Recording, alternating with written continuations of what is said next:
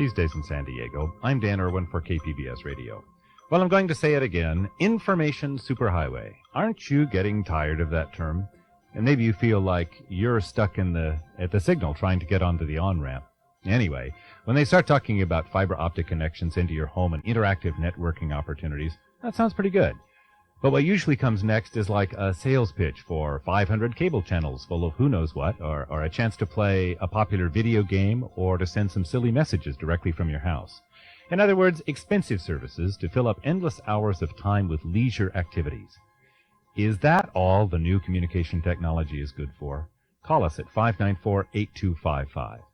What about organizations that are trying to do good works and provide vital services for the people in their communities? Many of these nonprofit organizations are understaffed, and while facilities and help may be available, basic communication can be an obstacle.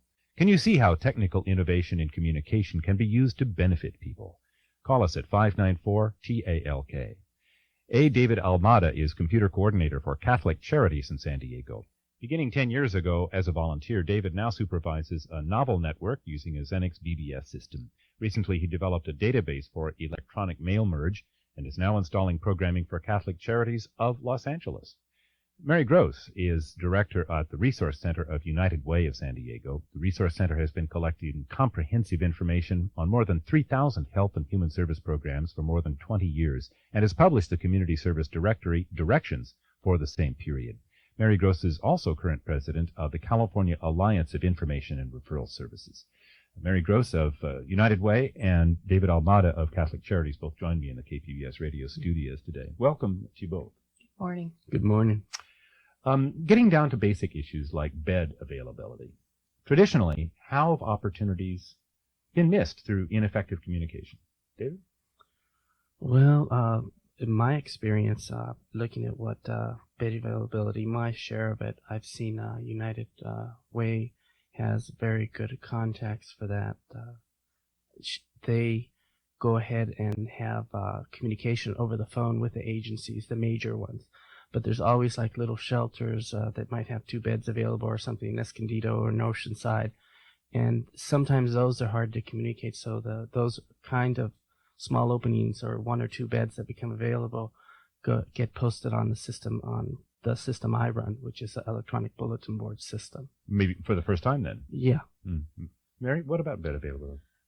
United Way's info line has the capacity to track bed availability, and we do that on an ongoing, updated basis so that as callers call in, people without shelter, we know exactly what is available at that point in time. That allows us to get people into the shelters and use the shelters to their capacity. What kind of technological gewgaws are involved? We currently use a program that was designed for us that is kind of like a reservation system in terms of we track every shelter and every bed that they have available and post that on the computer system that the phone specialists use, and they know at any point in time when they take a call what beds are available and what shelters are full. What kind of equipment are you using? We run that program on an IBM AS400, which is a larger than a microcomputer or a PC. It's what's called a mini computer. Are you able to keep enough equipment in stock to be able to cover your needs? Currently, we have enough equipment and not enough staff. Not enough staff, right. What are some of the ways that, as I suggested earlier, that this kind of that a little bit better program can actually save staff time and help you get by with a smaller staff or with basically an understaffed situation? Well, I think the more people are able to communicate with each other, the more current the information is, and the more widespread the capability to respond to the problems is. In other words, the capacity of the community as a whole. If they're all technologically current, as they say, we can all respond to the needs better, as opposed to, maybe one agency like ourselves or other agencies serving as the hubs. The information still needs to be gathered at a hub, but it allows people to have access to the information more easily. David, when you were putting together the system at Catholic Charities, I understand, I guess it was with regard to the electronic mail system, that one of your concerns was having a system that may have to do with donated equipment, that may not necessarily be, I shouldn't say compatible, but wouldn't be identical to everything in the system. You don't buy everything all at once. No, that is a very key issue, because you see a lot of the newer 386 systems and 486, and now the Pentiums come out, and then now Intel's talking in the news, in the national news, that they're coming out with something faster than the Pentium, which runs at 150 megahertz. So you have old computers that are PCs or XTs that came out back in the 80s that we still use to access the system, which is a regular bulletin board system. And Macintoshes access it too. So you're able to send, let's say, from a Macintosh, an electronic mail message to a user that's on an IBM PC in Escondido, for example, and you're able to do that kind of communication.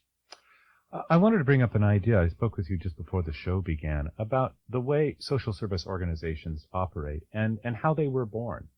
The idea I posed was that they're a product of the Enlightenment and the Industrial Revolution, 150, maybe as much as 200 years ago, in the way they function on a storefront basis, on a village basis, on a maybe an urban basis, but only within a neighborhood, and how obviously we don't live that way anymore. It's been difficult for social service agencies to change the way they do business, but just using San Diego County as an example, you've mentioned already a couple of times, you can keep communication going pretty good within downtown San Diego.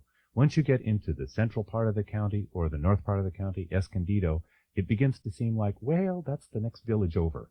And it's harder to think of that as part of our network. You see what I mean? Absolutely. And I think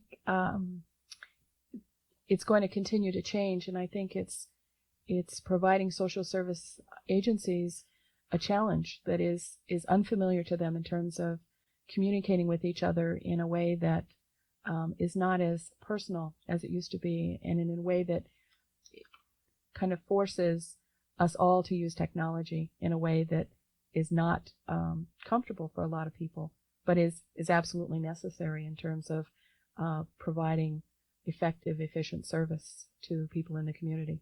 Do you get, David, do you get a certain amount of maybe resistance from longtime volunteers who kind of like the old boy network way of doing things?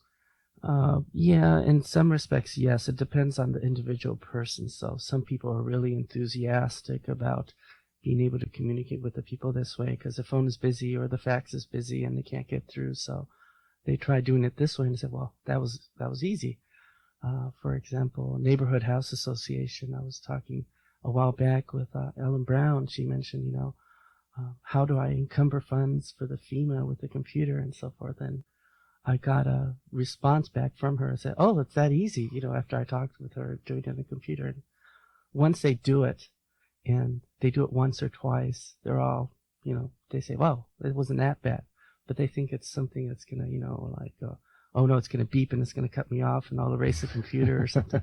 Depends on the individual person. Some people have a lot of experience. Could you explain a little bit about, and this is, I know, a lot of the work that you do, use the term encumbering funds. Mm-hmm. What exactly is that? Well, for instance, at Catholic Charities downtown, they were doing encumbering of funds where if their house burned down and there was federal management emergency assistance monies available for several people, they could call in information about the person, like their social security number and so forth through the computer to a person that would be a Catholic Charities that would check to see if they're eligible for that.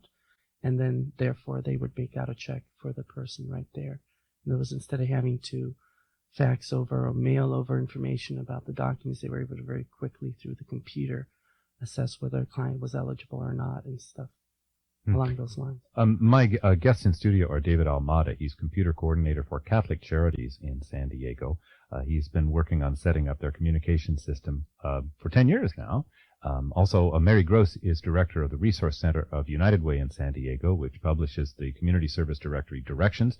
Mary is also current president of the California Alliance of Information and Referral Services. Our number is 594-8255. That's 594-TALK. We're talking about how new information technologies, communication technologies, are affecting the way nonprofits, social service agencies do their business. And we're really seeing the very beginning of something that has very, very profound implications, and we'll be talking about those this hour. Call us at 594-8255. Now, speaking of profound, David, I understand you were instrumental in, about a year ago, getting the Internet set up at Catholic Charities. Yeah, actually, I've been getting phone calls and electronic mail from Moscow and from Argentina and all over the world. We got started, well, actually, I got started back in February of 93, which was before the White House got online and all these other people started, and all these press releases came out and everything. And the users on the system had access to Internet back in May, which was right around the time that the White House went up. And therefore, I had a head start on a lot of people in that. So there's been a lot of attention to it, and I've been getting a lot of response for it. And it's a very valuable tool that wasn't there before that's changed. I've seen it change myself in the form of you used to have to pay $10 an hour to access, let's say, HandsNet or CompuServe, Prodigy, different systems to get to some of the national sources for nonprofit agencies. Now I see them posted for free on some of the systems on list servers that are available for free. Technically, if you're savvy enough about Internet, you can get an Internet account, sign up for a United States nonprofit list server, and get all that information and things about funding and so forth available for free. And the phone line's never busy. Right, and the phone line's never busy. Now, is Catholic Charities able to sign up on the Internet just as an individual would for the standard monthly rate? Well, what we did is we have a connection to our computer that goes directly to a computer that has a T1 access line to the Internet. And what we provide is Internet mail. So you're able to send messages from, let's say, from United Way info line. You can send a message and post it on the system, and it would go to either CompuServe or Prodigy, or it would go to a user on HandsNet in Sacramento, for instance, and it wouldn't cost them anything. They could send 600 messages in one day, and it wouldn't cost them anything extra. That's the value of this tool. Mary, how does United Way use Internet? Currently, not at all. Mm-hmm. That is changing, though. They are getting electronic mail in-house and several other things. One way that Internet probably will be most useful to me personally via the statewide organization is that at state level we will be able to do a lot more and spend a lot less just via Internet. So I think in some respects we're slow to pick up on the Internet trail, but I believe that we'll be right there around the corner. As the president of California Alliance of Information and Referral Services, how do you, maybe let's get a little philosophical for a moment and look into the future a little bit and see how social service agencies, nonprofit organizations see themselves and how they may start to see themselves a little differently as these various services come online. I think what they're struggling with right now is kind of a dual identity. They have that identity that you mentioned earlier of being there at the storefront and providing service, but realizing that the world is changing and they're going to have to change with it. One of the changes that we're seeing at the state level is the need to be able to have information across the state, not just information about what happens in the local community. So, for instance, a corporation who has downsized and now provides all of their human resource activity out of one location, let's say here out of San Diego, they need information about services available for their employees throughout the state. And currently, the only way they have of doing that is calling each individual county and finding out if they publish, for instance, a directory like we do here in San Diego, which means then as they have need to make referrals for their employees, They have to access all of these different information sources. In the past, that would be kind of like those obscure library services that have telephone books from all over the country. Absolutely. And what if we're able to provide this information on a statewide basis, it would be, as they say, seamless, in the sense that you would just log on to the computer and find out information about Santa Rosa. You would just find whatever resource information was available in Santa Rosa. You wouldn't necessarily need to have all of these various information sources. It would all be available to you online. And that would save people an enormous amount of time. David, just to use the example about Santa Rosa, say, for instance, let's reverse the situation, that Catholic Charities is going to be receiving someone from Santa Rosa. They're in Santa Rosa now, and you're getting communications on email about these people and finding out what their needs are, and they'll be arriving in San Diego shortly. Am I working on a realistic scenario of something that might happen? I think towards the future you will be.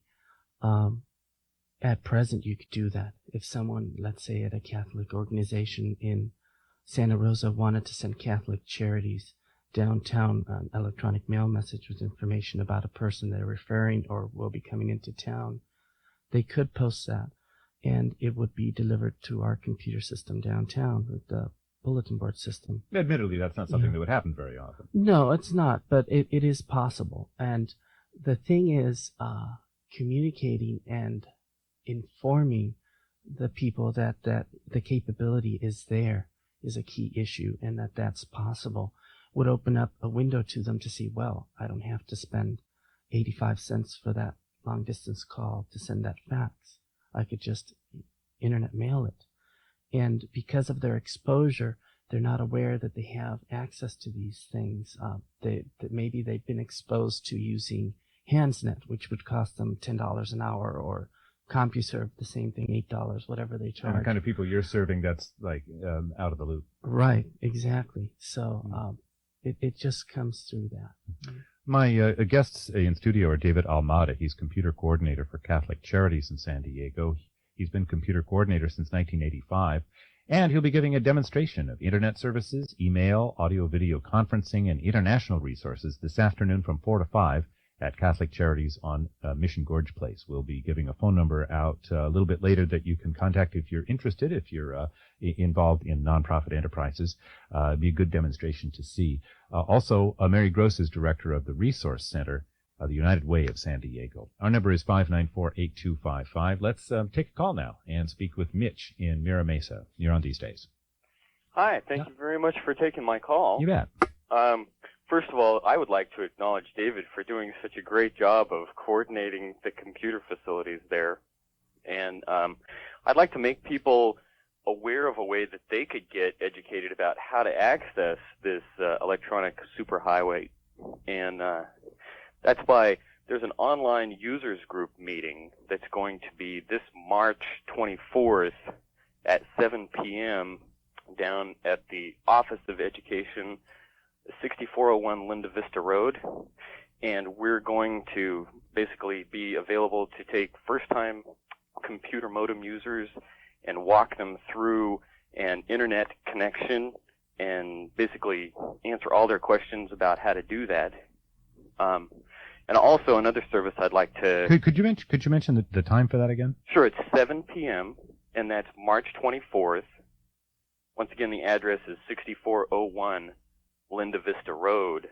That's the Office of Education. Right, I know that. Just right by the USD there. Yeah. Also, I'd like to mention I provide a free online job search service where people can log on to my computer, look through federal, state, and local listings for jobs, all at no cost. And they can access that via dialing 689-1348 using their modem. Okay. David, you want to respond? Yeah, I've been to one of their groups some time ago, and I found it very informative. They had a lady there who'd written a book about Internet at one of their groups. I'd also like to mention, though, there's also the San Diego Computer Society, which is a nonprofit agency that has helped me a great deal over the years as well. It's true. Actually, we're working in conjunction with them. You know, they're giving us some of their facilities, and people that do their training are also working with this online users group. So that's a very good deal. good. Well, thank you very much for taking my call. Thanks for the call, Mitch. Bye-bye. Our number is 594-8255. We have an open line now. It's a good time for you to get through. We're talking about social service agencies, nonprofit organizations, and how they are at the very threshold of using the absolute latest technology to not only do their jobs more efficiently with always very limited staffs, but also how this new technology is beginning to change the shape of how social service organizations see themselves. Call us at 594-TALK. I get the impression, David, that the people that Catholic Charities routinely communicates with, you mentioned United Way several times, but also a lot of the other religious social service organizations in San Diego, Episcopal Community Services, just naming one, lots of others. Could you describe maybe the interfaith aspect of the communication that you have? Yeah, I've found, and I've heard this from several other dioceses and in my visits to other areas in California, that San Diego is very unique and very good about having partnership or communication between the agencies. As an example, our bulletin board system, having users from all kinds of AIDS Foundation and different type of agencies that have been on the same computer system, it shows that they all want to cooperate and work together. They don't want to repeat services and duplicate their work. They want to help the people. They all have that in mind. They want to help the public and the community. And I've heard from other people that they're very impressed with what we do here in San Diego. Those have been my personal experiences with what other people's impressions of our area. Well, Mary, part of your work must be to avoid duplication of services as well in working with all these various organizations. Absolutely. And it's always our quest to provide barrier-free access to information. There are a lot of people out there that need help, and anything we can do to make that possible is part of our goal. And I think that you as an individual or anyone having access to information is vital, but there's a lot of fear sometimes associated with where do I find what I need, and I don't know what to call what I'm looking for. I'm embarrassed about my situation, or I'm fearful, etc. And I think people having access to information in an easy manner is something that we all strive for, and to make it possible for people to find help is something that we feel very strongly about. So I think technology is going to provide us a lot of opportunities to do that in a way we haven't been able to do before, because now people have had to either go to agencies or call them on the telephone. But as technology develops, people will be able to use their computer in their home and find out lots of information without ever discussing it with another person. Is there a trend you see as United Way connecting with so many different social service agencies as to what services people really need the most now, just say in the past few months? Well, in the past few months, in the past few years, the main services that people are looking for are basic kinds of services. They need help with financial assistance. They need help with food. They need places to live. Affordable housing, of course, is a major problem in this area. So it's all the basic needs kinds of issues. And that isn't really changing too much. No, not at all, and probably won't for a long time.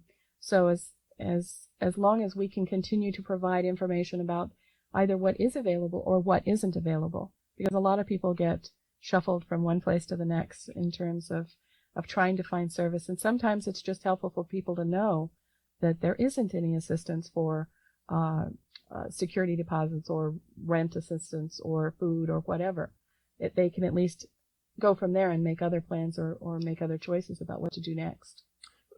David, we talked about this a little bit before, but maybe in some more detail now, about training volunteers at Catholic Charities to use the equipment that you've got. Personally, in my office, I'd like to mention one thing that maybe was not communicated at the beginning quite correctly. The bulletin board system is one of my part-time projects. It represents about 3 hours a week of my work. There's two separate computers. There's a Novell network system, which is a network of PCs. And there's also the electronic bulletin board, which is accessible via modems. So most of my time goes to working for the Refugee and Immigrant Services Office for the network that we run on that server. Okay. I deal on a limited level with the agencies to help them, and I'm always available to them on the phone if they need help. The members of I support and my experiences that I've had with other agencies are usually the contacts and the people that work with the computers at a particular location that's accessing the system. Sometimes there'll be two people at one agency. Sometimes there'll be one person just doing the actual computer work. So my experience has just been in that fashion. Our number is 594-8255. We have an open line. It's time for you to call. We're talking about volunteering. We're talking about service to the community. We're talking about organizations, some of which have been around for many, many decades. Catholic Charities is celebrating its 75th year in San Diego this year. Perhaps you're involved in one of these organizations as a volunteer. Perhaps you're on staff and trying to find ways to make resources go a little bit farther, staff and resources, and also facilitating basic communication, and what kind of money is involved, and what you can expect from donations. Go ahead and call us at 594-8255. That's 594-TALK. David, what is Macro International? Macro International is a company in Washington, as I understand it with my exposure to them, that has come to San Diego and is working on a project which is supposed to be the Community Services Workstation, as I understand it, what they're showing us is that Washington has a computer system that lets them do audio-video conferencing, and that they have a database system that tracks the clients on a large computer. What I've been shown so far has been meetings where we show what our current resources are. I haven't seen it function yet, or I haven't seen something that we don't already have or could just go by. But it sounds very promising what they've set up in Washington. Mm-hmm. Macro is a consulting firm that has been working with a number of colleges, Howard University School of Social Work, as well as Rice University and Baylor School of Medicine. And what they have developed is a software program that runs in a Windows environment, which makes it very accessible for everyone to use, that would allow agencies to connect on a large network, that would allow agencies to share information about services, also about clients, etc. What this would mean is the building of an entire infrastructure in terms of a communications network that would bring agencies together in a new way. And it would allow agencies to share information about clients very rapidly, including, as David mentioned, video conferencing capability. So, for instance, you could be in another location and David and I could be together and we could video conference with you and talk about your situation and provide you with referrals and call up information from another agency or the education system or whatever that would allow, this whole seamless access to information. It would be a huge leap for the social service system to move into the 21st century with this kind of technology, because the whole video conferencing technology is just, just out of the bag in terms of capability. So it would provide very extraordinary access to agencies or anyone that would be working with people that would need, information shared across some sort of network. There are a lot of barriers involved in developing this kind of project. Sounds very expensive, for one thing. Well, they're looking at doing this on a more national approach, which would allow them to buy equipment at a bulk rate. Or actually, it would allow them to help us purchase this equipment at a bulk rate. This would be equipment that the local community would have to purchase. So either agencies or through grants or whatever process we develop as far as finding funding for this, it would have to be done on a local, from local funding.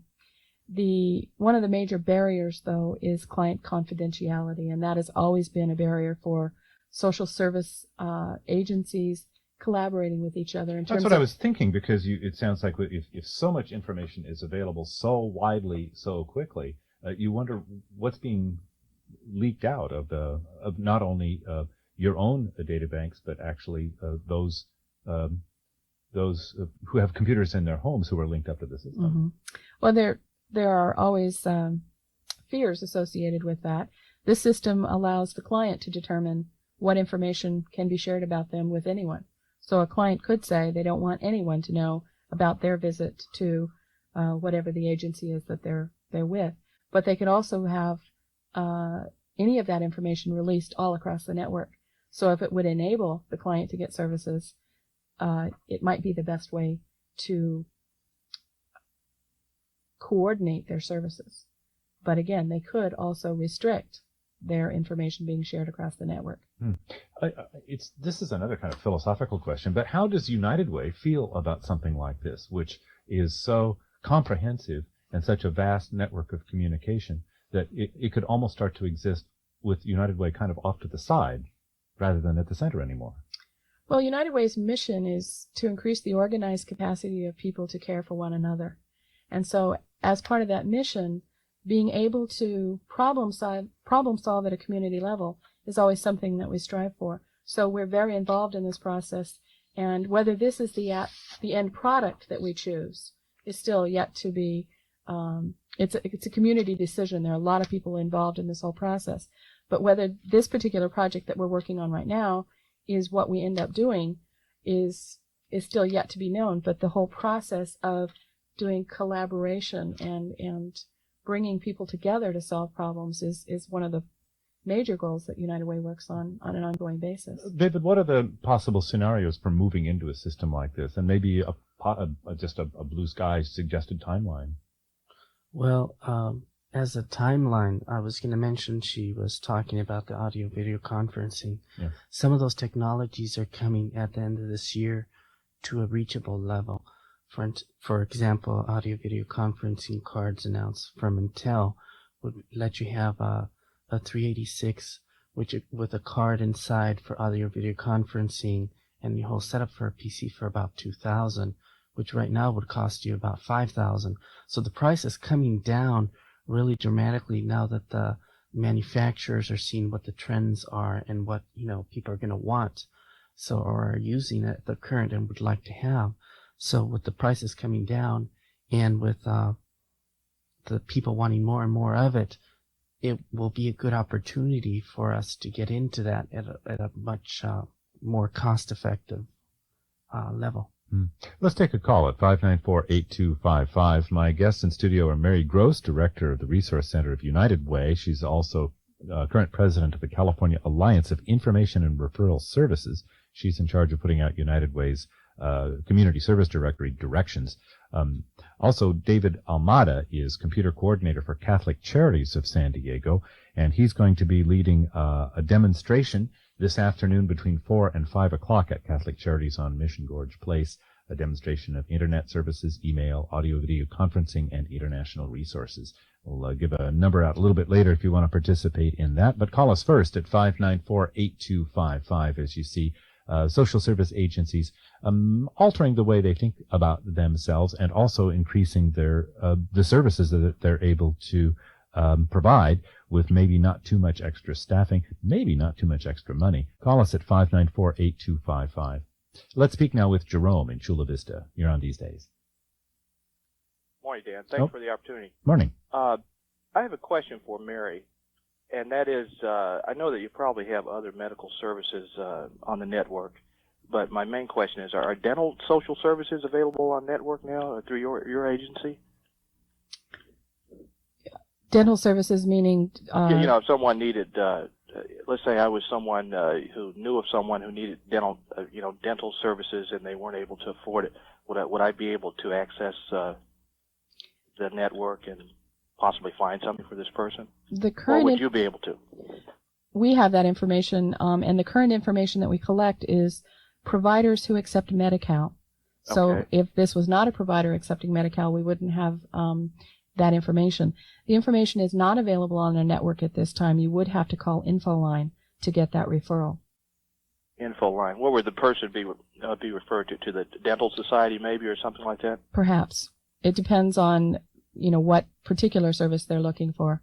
But that is a very common referral. And without a need for Medi-Cal, it's pretty much it wouldn't be any different than just looking up a dentist in the phone book. Essentially. Correct. And if you want a referral from the dental society, that's fine too. Mm-hmm. Yeah, well, I was thinking that maybe there are some, maybe there is a network of providers out there who do provide some services, on a social basis. And I was just wondering if anyone had looked into that, if maybe they were compiling any information on, because I'm sure it is probably one of the highlights of your referrals, or people inquiring. But if you hear any other information on it, my number is with the station there, and you can give me a call. Oh, fine. We'll save that and pass that on. Okay. Thanks a lot. Thank you very much. Bye-bye. Thanks for the call. Our number is 594-8255. David Almada is computer coordinator for Catholic Charities of San Diego, and Mary Grosse is director of the Resource Center of United Way of San Diego. We're talking about social service agencies, nonprofits, and how they've existed for a very, very long time, with pretty much the same mission, certainly fulfilling the same urgent needs among their clients in the community, and yet the landscape is changing a little bit. We can't think of Escondido and Temecula and Encinitas as necessarily separate entities from downtown San Diego anymore. We need better communication, and it's right on the verge of arriving. In some cases, it's actually already arrived. Perhaps you've taken advantage of one of these systems and made a call. Call us at 594-8255 now. Let's take another call now, actually, and speak with Jim in South Bay. You're on these days. Hello. Hi. Hi. I'm consumer chair for actually the Ryan White monies coming into San Diego, and I'm consumer chair for the HIV Care Coalition and the HIV Planning Council. However, I no longer am with a specific agency, and I was wondering, for example, at this conference, this thing at the Catholic Charities this afternoon, how individuals. I have a modem. I really don't know too much about how to get onto internet and all these kinds of things, how an individual could access as opposed to nonprofit agencies. David? Well, at the meeting, I do have an extensive collection. I started clipping back in March of '93 whenever I saw a story about internet and all the papers. So I will have a collection there available that shows, how to get on, local numbers in San Diego that have access to internet and so forth. So it's more than a little bit more than just for nonprofits at this particular meeting. That information is available through several sources, though. The Inter-NIC, which is one of the groups that has a list about new computer resources available through the internet, prints out a listing of numbers that is available. If there's interest for that, I could forward that to the station here, and maybe they can mention the names of the actual providers here in San Diego that you can get access to. We also have our audience services department that you can call at any time, and we send over all information that goes out over our program here, over there. Okay. So that there's maybe a 24-hour delay on that. All right. Pretty quick. And what's that called at your station? Audience services. I don't have the number right in here with Audience me, but it's Okay. It just seems to me, especially in AIDS, there's a lot of people out there who are relatively educated and are living a long time and do have computers in their homes, and a lot of information could be helpful to them as consumers. And sometimes this information seems to be directed maybe towards agencies instead of individuals too. And I don't know how true that is, but there tends to be that. Well, that's an issue I want to get into, but first let's have David respond directly. I thought of something. That previous gentleman that was on our show mentioning the online user group would be an excellent opportunity for you, because the Computer Society is open to the public.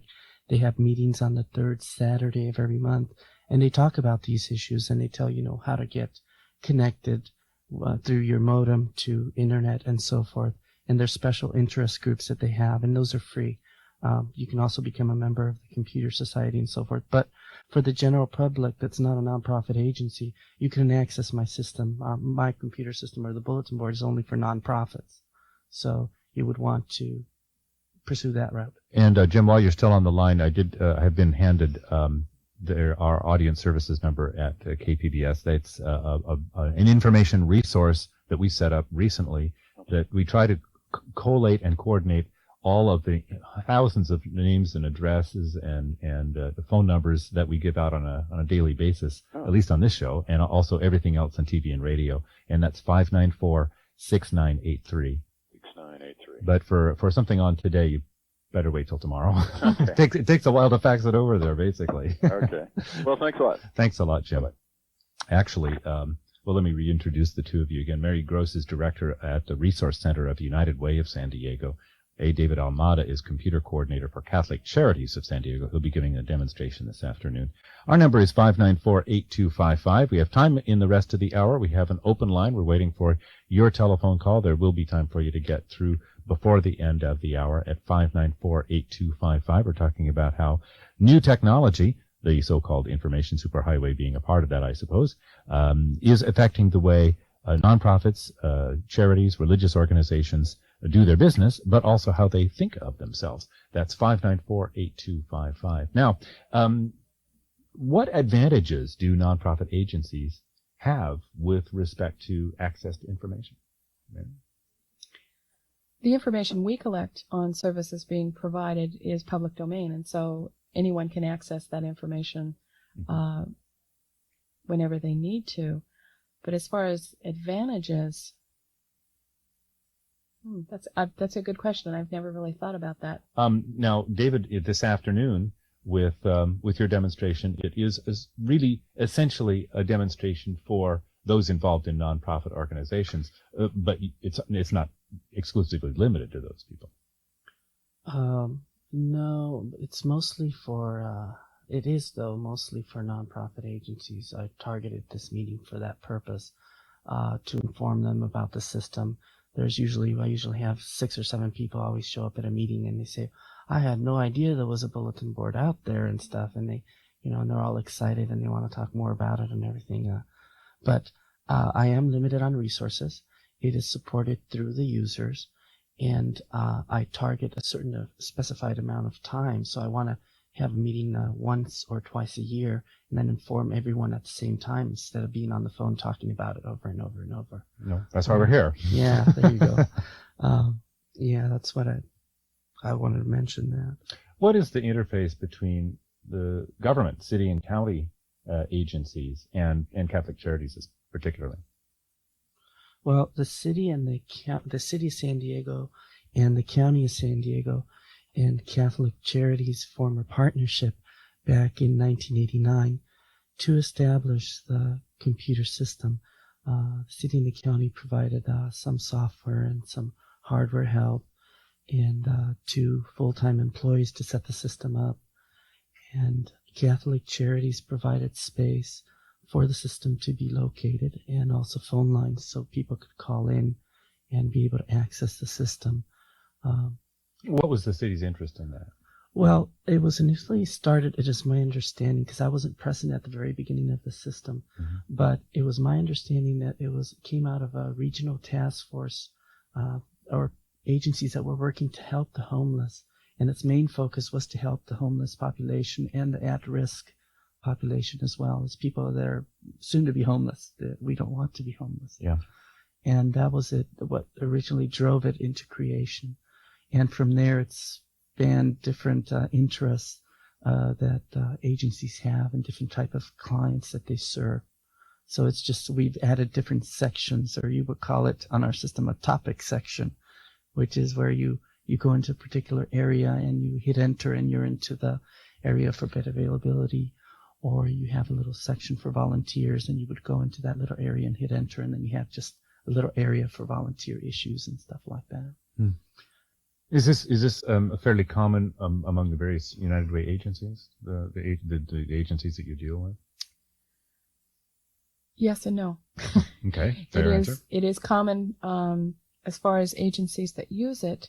The original grant provided for 25 agencies to be up on the bulletin board, and at that time, I believe most of them engaged in terms of getting the modem and getting all set up. But this was probably 4 or 5 years ago when social service agencies were still real untechnical, I guess, in terms of they weren't using technology to its capacity at that point. Well, they in time. probably didn't recognize their ability to do it. Buy a computer? Are you kidding? We don't have a desk. Right, absolutely. And so I think at that time it kind of waned in terms of its effectiveness and how agencies were going to use it. The original effort was and I think what we've seen is kind of a peak and valley in terms of we were in the valley and now we're coming up to the peak in terms of people using the network and using it to its capacity. Is it just a matter of people's perception of being unfamiliar with that kind of technology, not being up to speed on just technical things in general, or is there something else? Has there been some obstacle? I would say one of the obstacles is that, and I know I feel it and we experience it on a daily basis, because you feel so much pressure to work with the people that need help. You don't allow yourself to have time to learn some of these new technologies that would make your job easier in the long run. Right. So don't bother me with something that will help me. Right. I'm too busy. Right. And it is a constant struggle for people in social services. And so, one of our goals is, again, to try and provide people access to information in as easy a way as possible so that they can spend the valuable time that they have in working with clients. So I think that's part of the problem is the struggle in terms of there's a lot to learn. And the information about software and technology changes so rapidly, it's very difficult to even, begin to keep up. Is there a sense that, in getting back to the basic philosophical issue of the way the social service agency thinks of itself, that in the future, a little storefront agency that has a few beds will see those beds going to people brought in from just all over every place rather than those in the neighborhood, and may feel that they're missing a part of their mission somehow, that their mission really was to serve, down from block A to block B, and that's what we do. And yet, because they're tied into a network, they're starting to get people from just all over the place. And it's a valuable service. You can't argue with that when you provide a bed for somebody who needs it. Mm-hmm. But at the same time, maybe a very small agency might feel like they're missing some of their mission somehow. Is that a danger? I don't know if it's a danger. I certainly hope it's not a place where we get to in terms of, I see technology as an aid to the provision of service, not to the exclusion of service. And so I think people will still have that sense of working with people hand in hand and helping them solve their problems. And I think living in a major metropolitan area such as San Diego, we don't necessarily have that same storefront feeling anywhere we go, as far as, many people don't even know their neighbors, much less, what their community is doing. So I hope that the social service system will still have that capacity and that feeling of the community. On the bright side, though, that makes San Diego sound as an ideal place to set up an information superhighway, because we're basically set up that way already. We're not destroying anything to build something else. If we've done it before, we can do it again. Mm-hmm. David, could you look a little bit into the future and tell us either what's next technologically, or what will start to happen to Catholic Charities once all of the things that we've talked about actually get fully up to speed? Well, my previous prediction was the internet back in May. So I don't want to. That's been totally fulfilled. I don't want to start a ricochet effect here. I did want to mention that we were mentioning about how it affects the agencies. I did a programming for the Wilson Fish Demonstration Project which allowed us to save a week's worth of time we used to spend sticking a form in the typewriter, typing in the check number, and printing checks and retyping the names onto the computer that did the checks and printed the checks. I wrote a program some time back that does all that from one database. It's one huge database that from there is accessed via modem from the downtown accounting department. They're able to print the checks from our server without having to retype all of that. It prints reports, it totals, it separates by accounts and so forth. That used to all be done by hand in the past because we didn't have, the capabilities to do that back then, and it was so much hard work. It affects the agencies because they do have a lot. As an example, Wilson Fish has a lot more time available for the caseworkers to work with the clients and actually spend more time with the clients, what their needs are and what their issues, instead of filling out forms and paperwork and so forth. Which is valuable. I got to admit, we have to print it, but spending a lot of time rewriting that same name could take up a lot of the caseworker's time. Also, I wanted to mention, to answer your question of what I see for the future, there has been a lot of attention to internet. Now that there's all this attention, you're going to see a lot of attention to mail gateways, which is a way for a existing network. Let's say United Way has AS400. It's a way to provide United Way, all of the users on their network, access to internet mail, for instance, so they can send short messages back and forth to different people. That's going to be the next growing step for the computers, having that gateway available, and that's something that our computer system does at Catholic Charities. And it's one of the tools that I think will be very valuable to the electronic bulletin board system and to all the agencies, because if someone does have a network and they already have like Novell or whatever kind of network they have, there are ways to connect those and use that as a resource so they don't have to pay for a connection to internet and so forth. It's already there available to them. I'd like to thank you both for joining me today. Thank you very much. My guests have been David Almada, Computer Coordinator for Catholic Charities in San Diego. He'll be leading a demonstration of Internet services, email, audio-video conferencing, and international resources this afternoon from 4 to 5 at Catholic Charities on Mission Gorge Place. For more information on that, call 287-9454.